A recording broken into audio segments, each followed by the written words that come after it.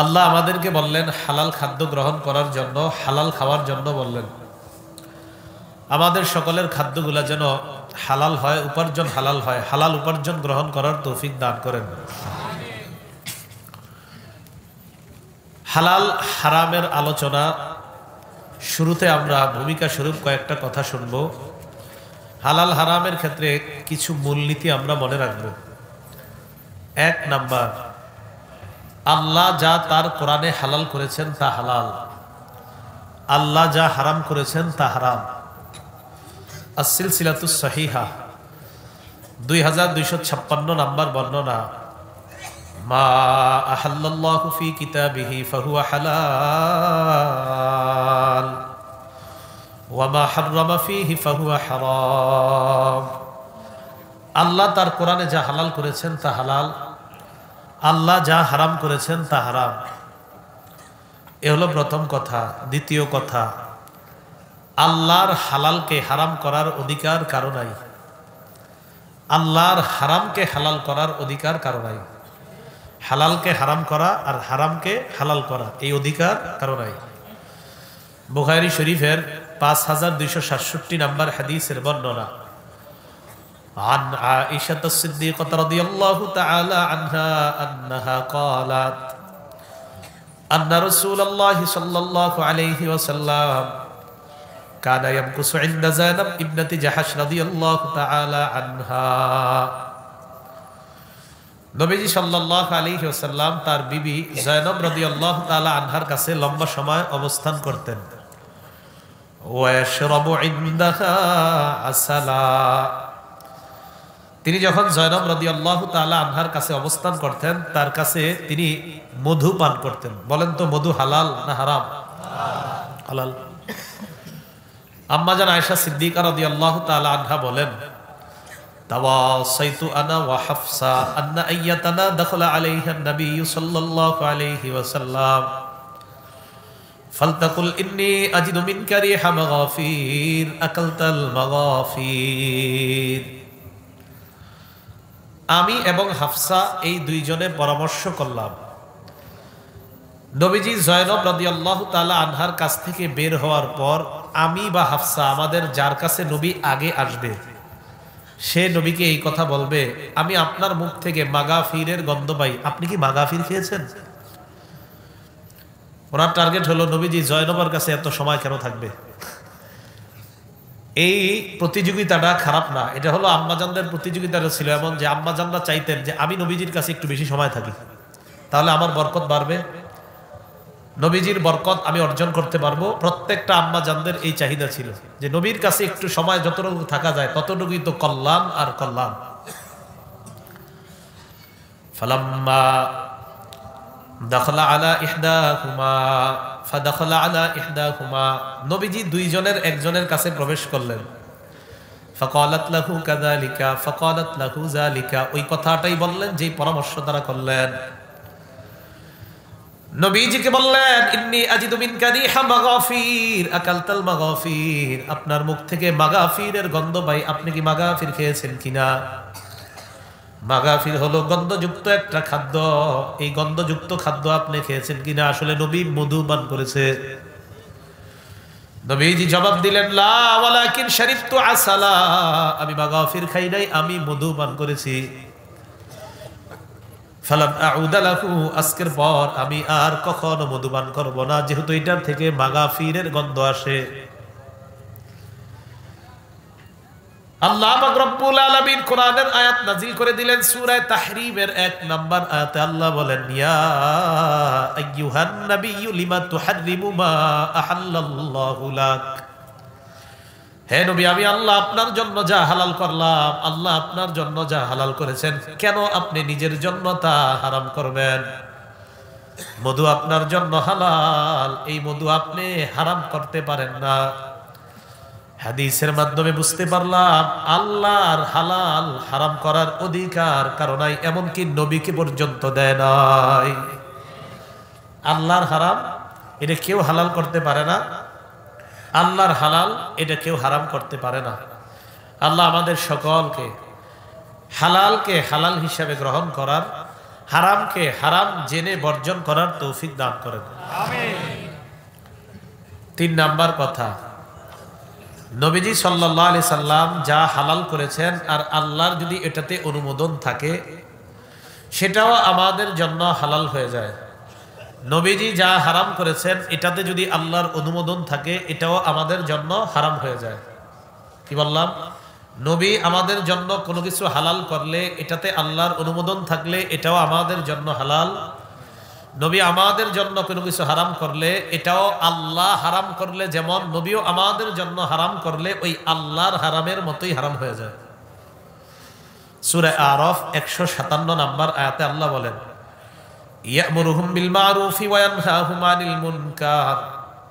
নবীর 1 নাম্বার কাজ, তিনি নেক কাজে আদেশ করেন, 2 নাম্বার অসৎ কাজ থেকে নিষেধ করেন, 3 নাম্বার ওয়া ইউহাল্লিলু লাহুমুত তাইয়্যিবাত ওয়া ইউহিল্লু লাহুমুত তাইয়্যিবাত। তিনি তাদের জন্য পবিত্র বস্তুকে হালাল করেন। ওয়া ইউহাররিমু আলাইহিমুল খাবাইস, অপবিত্র বস্তু তিনি হারাম করেন। তাহলে আল্লাহ বললেন আমার নবী নেক কাজের আদেশ করেন, অসৎ কাজের নিষেধ করেন, পবিত্র বস্তুকে হালাল করেন, অপবিত্র বস্তুকে হারাম করেন। ইবনে মাজার 12 নম্বর হাদিসের বর্ণনা, আনিল মিকদাম ইবনে মাদি কারব রাদিয়াল্লাহু তাআলা আনহু قال قال رسول الله صلى الله عليه وسلم। মিকদাম ইবনে মাদি কারব রাদিয়াল্লাহু তাআলা আনহুর বর্ণনা, নবীজি বলেন ইউশিকুর রাজুলু মুত্তাকিআন আলা আরিকাতিহি, এমন একটা সময় আসবে মানুষ সিংহাসনের মধ্যে হেলান দিয়ে বসবে। ইউহাদ্দাসু বিহাদিসিম মিন্নি, ওই ব্যক্তির সামনে আমার হাদিস পেশ করা হবে। ওই ব্যক্তি বলবে বাইনানা ওয়া বাইনাকুম কিতাবুল্লাহ, আমাদের মাঝে আর তোমাদের মাঝে আল্লাহর কোরআন আছে, এই কোরআন থাকতে হাদিসের কি প্রয়োজন? নাউযুবিল্লাহ। কোরআন আছে, কোরআন থাকতে হাদিসের দরকার নাই, এটা বলবে। ওই ব্যক্তি যুক্তি দিয়ে বলবে ফামা ওয়াজাদনা ফীহি মিন হারামিন হারামনা, কোরআনে যেটা হারাম পেয়েছি এটা হালাল হিসাবে হারাম হিসাবে গ্রহণ করলাম। ওয়া মা ওয়াজাদনা ফীহি মিন হালালিন ইস্তাহলালনা, কোরআনে যেটা হালাল পেয়েছি এটা হালাল হিসাবে গ্রহণ করলেই তো হয়ে যায়। বলেন তো আমরা কোরআনের হারামকে হারাম জানি কিনা? কোরআনের হালালকে হালাল মানি কিনা? ওই ব্যক্তি কি সুন্দর দোকানটা দেয় দেখেন, কোরআনের যা হালাল এটা মানলেই তো হয়, কোরআনের হারাম এটা মানলেই তো হয়, হাদিসের আর কি প্রয়োজন? নবীজি বলেন আলা ওয়া ইন্না মা হাররামা রাসূলুল্লাহ মিসলু মা হাররামাল্লাহ। নবী বলেন তাদেরকে জানা দাও আমি নবী যা হারাম করেছি আল্লাহর রাসূল যা হারাম করেছে, আমার হারাম করাটা আল্লাহর হারামের মতো হারাম হয়ে যায়। তাহলে আমার নবী যা হারাম করেন এটা আল্লাহর হারামের মতো হারাম হয়ে যায়, আমার নবী যা হালাল করেন এটা আল্লাহর হালালের মতোই হালাল হয়ে যায়। 4 নাম্বার, হালাল স্পষ্ট হারাম স্পষ্ট, এই দুইটার মাঝে কিছু সন্দেহযুক্ত জিনিস আছে, এগুলো থেকে বেঁচে থাকবেন। হালাল স্পষ্ট জানেন এটা হালাল, হারাম স্পষ্ট জানেন এটা হারাম। যেমন সুদ হারাম, সুদ খাওয়া হারাম, ব্যবসা করা হালাল, এই দুইটার মাঝে কিছু আছে সন্দেহযুক্ত। কি সন্দেহযুক্ত? অনেরে আপনারে বুঝাইবে যে দেখো এই ব্যবসাটা তুমি করো, এই ব্যবসায় এই পদ্ধতিতে লাভ, ওই পদ্ধতিতে লাভ খুঁজতে গিয়ে দেখেন আপনি তো অনেক টাকা লাভবান হয়েছেন, আলেমদেরকে জিজ্ঞাসা করার পর আলেমরা বলে দিলেন আরে ভাই এটা তো সুদি পদ্ধতি হয়ে গেছে, তখন আপনার ভিতর একটা ঝামেলা শুরু হয়ে গেল। তো এই জন্য হালাল স্পষ্ট হারাম স্পষ্ট, মাঝে কিছু সন্দেহযুক্ত বিষয়, এগুলা থেকে বেঁচে থাকা। হারাম থেকে তো বাঁচবেন, সন্দেহযুক্ত জিনিস থেকেও বাঁচবেন। বুখারীর 52 নম্বর হাদিস, قال رسول الله صلى الله عليه وسلم, নবীজি বলেন আল হালালু বাইয়িনুন ওয়াল হারামু বাইয়িনুন, হালাল স্পষ্ট হারাম স্পষ্ট। ওয়া বাইনাহুমা মুশাব্বাহাত, হালাল হারামের মাঝে কিছু বিষয় আছে সাদৃশ্যপূর্ণ সন্দেহযুক্ত। নবীজি বলেন ফামানিত্তাকাল মুশাব্বাহাত ফাকাদ ইস্তাবরা লিদীনিহি ওয়া ইরজিহি, কোন ব্যক্তি যদি সন্দেহযুক্ত জিনিস থেকে বেঁচে যায়, দূরে থাকে, ওই ব্যক্তি তার ধর্ম এবং ইজ্জত হেফাজত করে নেয়। সন্দেহযুক্ত জিনিস থেকে বাঁচলে খুব ভালো থাকবেন দুনিয়াতে, এই কথাটা মনে রাখবেন। আপনি এক গানের অনুষ্ঠানে রওনা করলেন, যেখানে উরুস মাহফিল হবে বা কোনো একটা ইসলামী নাম দিছে যে এখানে ইসলামী আয়োজন হবে, এখন আপনাদের মসজিদের ইমাম সাহেব বলল যে সেখানে যদিও ইসলামী নাম দিয়েছে, কিন্তু প্রথমে কিছু কোরআন হবে, কোরআনের আয়াত পড়ার পর একটু পরে কিন্তু ঢোল তবলা দিয়ে গান শুরু হবে। তা আপনি চিন্তা করলেন একটু যাইয়া দেখি না কি হয়। গেলেন, যাওয়ার পর ওখানে আপনি বসলেন, ঠিকই কোরআন তেলাওয়াত হইলো, সব হইলো, হঠাৎ গান শুরু হইলো। তাহলে আপনি হারাম ইমাম সাহেব বলার পরেও আপনি সেখানে গেলেন, যাওয়ার পরে কি হয়ে গেল, দেখলেন যে গান তো ভালোই লাগতেছে, শুনে আসলেন। আপনার উচিত ছিল সেখানে না যাওয়া, যাওয়ার কারণে কি হইলো, সেখানে আপনি পড়ে গেলেন। তো ইমাম সাহেব বলার পরে আপনি বললেন, হুজুর আমার সন্দেহ লাগতেছে যে ওখানে কি গান হবে কি হবে না, এই মনে করে আপনি গেলেন। যাওয়ার পর ঠিকই দেখতেছেন একটু পরে প্রথমে কোরআন, এরপরে হাদিস, হঠাৎ গান শুরু হয়েছে। তো আপনি এবার গানের অনুষ্ঠানের মধ্যে যোগ দিলেন। কেন, হুজুর না আগে বলছিল সেখানে যায়েন না? তখন আপনি বললেন, হুজুর আমার তো সন্দেহ লাগে। তো সন্দেহ লাগে গেলেন কেন? সন্দেহযুক্ত জিনিস থেকেই তো বাঁচবেন, এটাই নবী বলেন।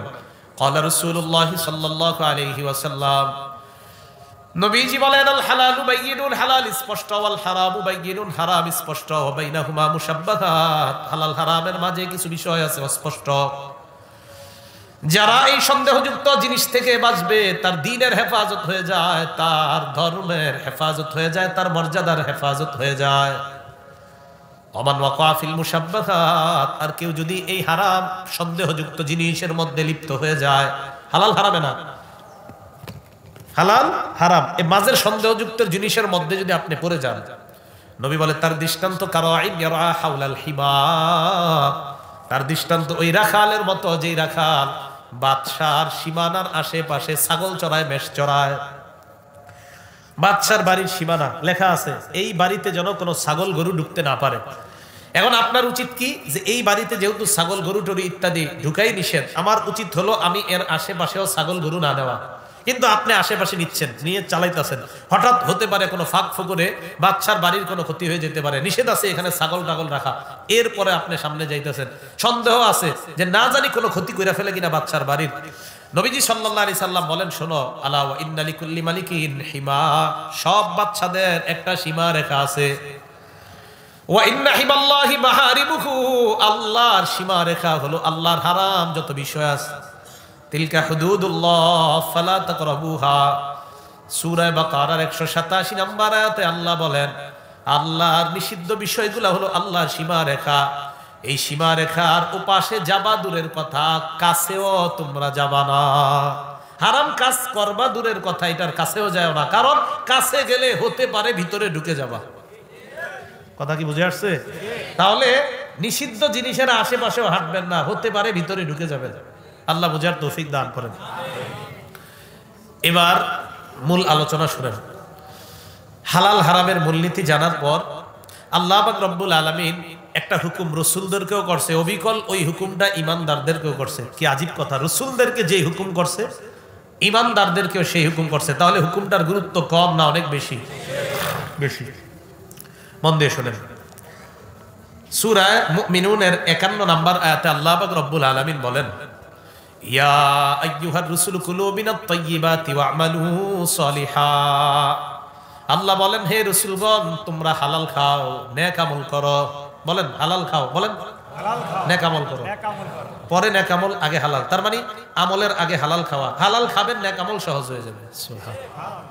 হালাল খাও, নেক আমল করো, এটা বললেন রাসূলদেরকে। সূরা মুমিনুনের 51 নম্বর আয়াত। সূরা বাকারার 172 নম্বর আয়াতে আল্লাহ বলেন, ইয়া আইয়ুহাল্লাযীনা আমানু কুলু মিন তাইয়্যিবাতি মা রাযাকনাকুম। হে ঈমানদারগণ, আমি যা দিয়েছি এর মধ্যে পবিত্র তোমরা খাও, পবিত্র খাদ্যটা তোমরা খাও।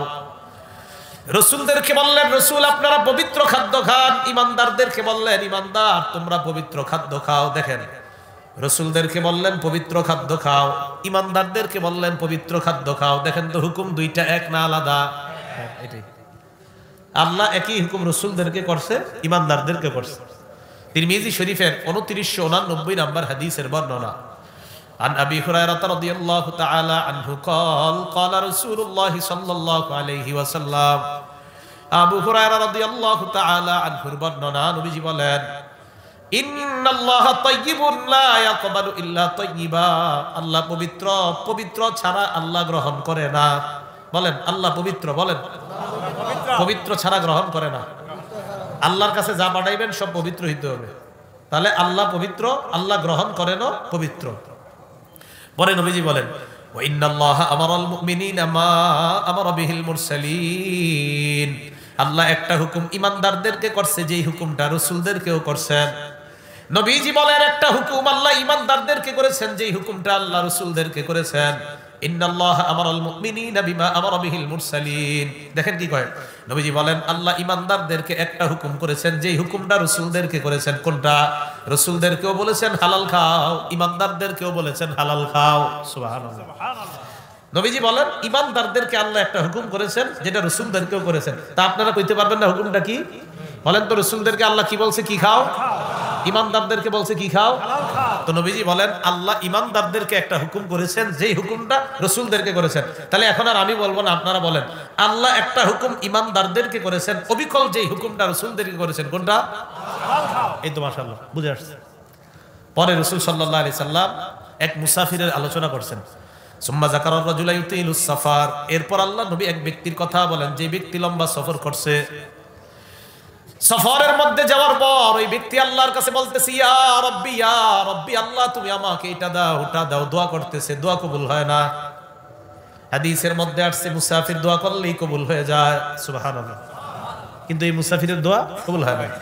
নবীজি বলেন মুসাফিরের কথা বলেন আসা, সফর করতে করতে বেচারার চুলগুলা এলোমেলো, আগবারো, চেহারার মধ্যে ময়লা, শরীরের মধ্যে ধুলাবালি, সফর করতে করতে এই ব্যক্তি আল্লাহর কাছে মুনাজাত করে, হাত তুলে বলে ইয়া রব্বি ইয়া রব, মাবুদ তুমি আমাকে এটা দাও ওটা দাও, দোয়া করতেছে। নবীজি বলেন একদিক দিয়ে লোকটা দোয়া করে ওয়া মাতআমুহু হারাম, মুসাফিরের খাদ্য হলো হারাম, ওয়া মাশরাবুহু হারাম, মুসাফিরের পানি হলো হারাম, ওয়া মালবাসুহু হারাম, ওই মুসাফিরের পোশাক হলো হারাম, ওয়া গুজিয়া বিল হারাম, মুসাফিরের উপার্জন হলো হারাম। ফাআন্না ইস্তাজাবু লিযালিকা, বলো দোয়াটা কবুল হবে কিভাবে? আপনার খাদ্য হারাম, আপনার পানি হারাম, আপনার পোশাক হারাম, আপনার কামাই হারাম, এত দোয়া করেন, শুধু খতিব সাহেবরে গিয়া বলেন হুজুর দোয়া তো করতেছি কবুল তো হয় না। খতিব সাহেব কয় সুদ খাননি, কয় একটু একটু খাই, তো দোয়াটা কবুল হবে কিভাবে? ঠিক আছে, সুদ খায় দোয়া করে, তো দোয়া কবুল হবে কিভাবে? হারাম খাইলে তো আপনার দোয়া কবুল হচ্ছে না। মুসাফিরের দোয়া কবুল হয় এটা হাদিসে আছে। এখন মুসাফির খালি দোয়া করে কবুল হচ্ছে না, নবীজি কয় হবে কিভাবে? ওর খাদ্য হারাম, ওর পানি হারাম, ওর পোশাক হারাম, ওর ইনকাম হারাম, তো দোয়াটা কবুল হবে কিভাবে? হাদিসে আসছে কোন মাজলুম যখন আল্লাহর কাছে দোয়া করে দোয়া কবুল হবে। হাদিসে আসছে বিপদে পড়া বান্দা আল্লাহর কাছে দোয়া করলে আল্লাহ কবুল করবেন। তো আপনি বিপদে পড়া বলতেছেন আল্লাহ মাফ করেন, এটা মাফ করেন, ওটা মাফ করেন, কিন্তু কবুল হচ্ছে না। নবীজি কয় হবে কিভাবে? তোমার খাদ্য হারাম, তোমার পানি হারাম, তোমার পোশাকটা হারাম, হারাম পোশাক পরে তুমি আল্লাহরে বলতেছো আল্লাহ এটা দেন ওটা দেন, আরে তোমার দোয়া কবুল হবে কিভাবে বলো? ভাই কথা বুঝে আসছে সবার? তাহলে দোয়া কবুলের আগে পেটে হালাল ঢুকাইতে হবে। আল্লাহ আমাদের সকলকে কথাগুলো বুঝার তৌফিক দান করেন। সহিহ বুখারী 2262 নম্বর হাদিসের বর্ণনা। ক্বালা রাসূলুল্লাহ সাল্লাল্লাহু আলাইহি ওয়াসাল্লাম, নবীজি বলেন মা বাসাল্লাহু নাবিয়্যান ইল্লা রাআল গনাম, দুনিয়ার মধ্যে যত নবী আল্লাহ পাঠিয়েছেন সব নবীরা ছাগল চড়িয়েছে, মেষ চড়িয়েছে। সাহাবারা আল্লাহ নবীকে প্রশ্ন করলেন আনতা ইয়া রাসূলুল্লাহ, হুজুর আপনিও কি মেষ চড়াইছেন? নবীজি জবাব দেয় কুনতু আরআহা আলা করারিতালি আহলি মক্কা, কয় কি বলো তোমরা, আমি কয়েক দিরহাম পারিশ্রমিকের বিনিময়ে মক্কাবাসীর ছাগল চড়াইতাম, আমি মেষ চড়াইতাম টাকার বিনিময়ে, হালাল উপার্জনের বিনিময়ে। কি বোঝা গেল? নবীরাও হালাল উপার্জন করতেন। সুবহানাল্লাহ, কর্ম কইরা হালাল উপার্জন করতেন নবীরাও। এবার আরেকটা হাদিস শুনেন, সহিহ বুখারীর বর্ণনা 2072 নম্বর হাদিস। এই হাদিসের বর্ণনাকারী মিকদাম রাদিয়াল্লাহু তাআলা আনিল মিকদাম রাদিয়াল্লাহু তাআলা আনহু قال قال رسول الله صلى الله عليه وسلم, মিকদাম রাদিয়াল্লাহু তাআলা আনহুর বর্ণনা, আল্লাহ নবী বলেন মানুষের মধ্যে কিছু মানুষ এমন যেই মানুষগুলা নিজে কষ্ট করে হালাল কামাই করে হালাল উপার্জন করে। এই যে আপনাদের দেশের অনেকে সাউথ আফ্রিকা গিয়ে মায়ের মুখ দেখে না, বাবার মুখ দেখে না, সন্তানাদির মুখ দেখে না, বিবিদের মুখ না দেখা কষ্ট করে সেখানে আছে, হালাল উপার্জন করতেছে, কষ্ট করে আছে না নাই? নবীজি বলেন শোনো তোমরা, মা আকালা আহাদুন তাআমান কাত্তু খায়রাম মিন আইয়াকুলা মিন আমালি ইয়াদি, কোন ব্যক্তি নিজের হাতের উপার্জিত হালাল খাদ্যের চাইতে উত্তম কোন খাদ্য পেটে ঢুকায় না। মানুষ হাতে কামাই করে যেই খাদ্য খায়, আল্লাহ নবী বলেন আমি এই খাদ্যটাকে দুনিয়ার সবচেয়ে উত্তম খাদ্য বলে ঘোষণা করলাম। নিজে কষ্ট করে যেই খাদ্যটা খায় নবী এটাকে শ্রেষ্ঠ খাদ্য বলছেন। তাহলে আপনারা যারা কৃষি কাজ করে খান, কৃষি কাজ করে যারা আপনারা এই যে ঘন্টার পর ঘন্টা ঘাম ঝরাইতেছেন, এই কাজগুলো আপনারা করে যখন কিছু হালাল উপার্জন করেন, নিজের মধ্যে এই সান্ত্বনা দিবেন যে আমি হারাম পথে যাই নাই, আমি হালাল পথে আল্লাহ আমারে কিছু দিছে, আমি এটা খাইতেছি। নবীজি বলেন এই যে তুমি হালাল পথে কামাই করলা, আমি নবী তোমার এই হালাল পথের কামাইটাকে দুনিয়ার শ্রেষ্ঠ কামাই বলে ঘোষণা করলাম। সুবহানাল্লাহ। নিজের হাতে কামাই করছেন। সহিহ বুখারীর বর্ণনা 2074 নম্বর হাদিসের বর্ণনা। قال رسول الله صلى الله عليه وسلم, আবু হুরায়রা রাদিয়াল্লাহু তাআলা আনহুর বর্ণনা, আল্লাহ নবী সাল্লাল্লাহু আলাইহি ওয়াসাল্লাম বলেন, লা আইয়াহতাতিবা আহাদুকুম হুজমাতান আলা যহরিহি খায়রুন লাহু মিন আইয়াসআলা আহাদান ফায়ুতিয়াহু আও ইয়ামনাআ। নবীজি বলেন তোমাদের কেউ কাঠ সংগ্রহ করার পর কাঠের বোঝা পিঠের মধ্যে নিবা, কাঠের বোঝা পিঠের মধ্যে নেওয়ার পর কোথাও গিয়ে তোমরা বিক্রি করে হালাল উপার্জন তোমরা করবা। আমি নবী কোন মানুষ অন্য কারো কাছে ভিক্ষা চাওয়ার চাইতে তোমার এই কর্মটাকে আমি শ্রেষ্ঠ বলে ঘোষণা করলাম। ভিক্ষা না কইরা কাঠ পিঠে নিয়ে তুমি কোথাও গিয়ে হালাল উপার্জন করবা, আমি নবী বলে দিচ্ছি এটাই তোমাদের জন্য উত্তম কোন মানুষের কাছে ভিক্ষা করার চাইতে। সুবহানাল্লাহ। সহিহ বুখারীর 2075 নম্বর হাদিসের বর্ণনা। عن الزبير بن العوام رضي الله تعالى عنه قال قال رسول الله صلى الله عليه وسلم, নবীজি সাল্লাল্লাহু আলাইহি ওয়াসাল্লাম বলেন, লা আইয়াখুয আহাদুকুম আহবুলাহু খায়রুল লাহু মিন আইয়াসআলান নাস। দেখেন কি কয়, তোমাদের কেউ রশি নিয়ে জঙ্গলে যাইবা, যাওয়ার পর লাকড়ি সংগ্রহ করবা, করার পর ওই রশি দিয়ে বাঁধবা, বাঁধার পর ওই লাকড়ি নিয়ে তুমি হালাল উপার্জন করবা। আমি নবী অন্য কোনো মানুষের কাছে হাত পাতার চাইতে তোমার এই পেশাটাকে শ্রেষ্ঠ বলে ঘোষণা করলাম।